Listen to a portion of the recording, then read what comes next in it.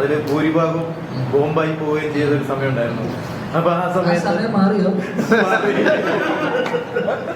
അപ്പൊ ആ സമയത്ത് എപ്പോഴെങ്കിലും പുല്ല് വേണ്ടായിരുന്നു എന്ന് ചിന്തിച്ചിട്ടുണ്ടോ? അങ്ങനെയൊന്നുമല്ല. നമ്മളൊരു ഒരു ആ ഒരു ഫ്ലോയിലൊക്കെ പോവാന്നല്ലാതെ നമ്മൾ അതിനെ കുറിച്ച്, കാരണം അച്ഛനാ കഴിഞ്ഞപ്പോഴോ എന്നോട് നമ്മളൊരു ഇന്റർവ്യൂ ഇരുന്ന സമയത്ത് ചോദിച്ചു. ആ സമയത്ത് അവര്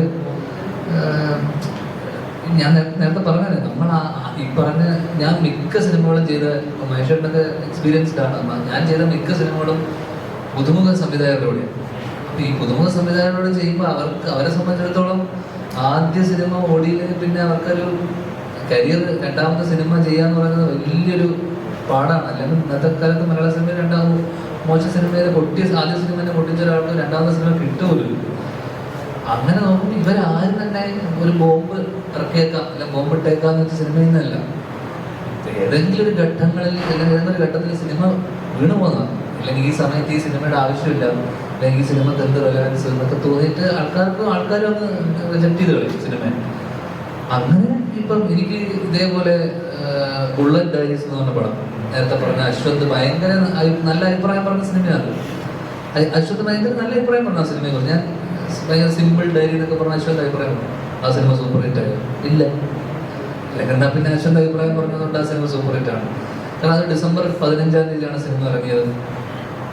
22-ന് പുതിയ ക്രിസ്മസ് സിനിമകൾ വരുന്നു. അപ്പൊ എനിക്കൊന്ന് കഴിഞ്ഞ ഇത്രയും സിനിമകൾക്കിടയിൽ നമ്മൾ ആകെ അഭിപ്രായം കിട്ടിയത് എനിക്കൊന്ന് ഉടലും മറ്റേ നദികൾ സുന്ദരിയോമിന തരക്കേടില്ലാതെ തിയേറ്ററിൽ അത്യാവശ്യം ആള് കയറി. പിന്നെ വർഷാവകാശമാണ്. അപ്പോൾ ഇത്രയും സിനിമകൾക്കിടയിൽ ഇത്രയും ഒരു 3-4 സിനിമകൾ മാത്രമേ ഓടുന്നുള്ളൂ. അതും മലയാളത്തിൽ തന്നെ കഴിഞ്ഞ വർഷം എടുത്തു നോക്കുമ്പോൾ തന്നെ ഞാൻ ഇത്രയും എണ്ണത്തിൽ ഇത്രയും സിനിമ ചെയ്യുമ്പോഴുള്ള പ്രശ്നമാണ്. അല്ലാതെ എൻ്റെ കൂടെയുള്ള സഹപ്രവർത്തകരായിട്ടുള്ള പലരുടെ സിനിമ ഓടാനൊന്നുമില്ല. സത്യമല്ലേ? എൻ്റെ സഹപ്രവർത്തകരായിട്ടുള്ള കുറേ പേരുടെ സിനിമയൊന്നും ഓടാനില്ല. കാരണം 100-130 സിനിമയിൽ നിന്ന് ഓടുന്നത് എനിക്ക് തോന്നുന്നു 10-20 സിനിമകളാണ് കഴിഞ്ഞ വർഷം അതിന് മുന്നത്തെ വർഷമൊക്കെ ഓടിയത്. പക്ഷെ ഞാൻ എണ്ണത്തിൽ അതിലൊരു 30-40 സിനിമ എൻ്റെ ഉണ്ട്. നമുക്ക് റേഷ്യോ കണക്ക് നോക്കുമ്പോൾ കുറച്ചധികം കൂടുതൽ ചെയ്യുന്നതാണ്. ഇപ്പൊ ഈ വർഷം മാറിയപ്പോൾ സിനാരിയോ ഒക്കെ മാറി. എനിക്കൊന്നും കഴിഞ്ഞ വർഷത്തെ പോലെയല്ല, ഈ വർഷം തുടക്കത്തിൽ തന്നെ തിയേറ്ററിൽ ആൾക്കാർ വന്നു തുടങ്ങി, സിനിമകൾ ഹിറ്റാവുന്നു. അപ്പൊ ഒരു നല്ല കാലം എന്ന് പറയാൻ പറ്റില്ല, സുവർണ്ണകാലം എന്ന് പറയാൻ പറ്റില്ലെങ്കിൽ പോലും ആൾക്കാർ തിയേറ്ററിലേക്ക് വന്നു തുടങ്ങി എന്നുള്ളൊരു വലിയ സന്തോഷം തന്നെ. ഏത് കഴിഞ്ഞ വർഷത്തെ പോലെയല്ല, ആൾക്കാർ നല്ലതാണെങ്കിൽ അല്ലെങ്കിൽ സിനിമ വീണ്ടും തിയേറ്ററിലേക്ക് ആൾക്കാർ ഇടിച്ചു കയറി ഒന്ന് കണ്ടേക്കാം അല്ല കണ്ടു നോക്കാം എന്നുള്ള രീതിയിൽ ഒരു ചെറിയ രീതിയിൽ ആൾക്കാരുടെ ഒരു ആറ്റിറ്റ്യൂഡിലും ജനങ്ങളുടെ ഒരു മനസ്സിലെ സിനിമയ്ക്ക് വീണ്ടും ഒരു പ്രയോറിറ്റി ആയി വന്നിട്ടുണ്ട്.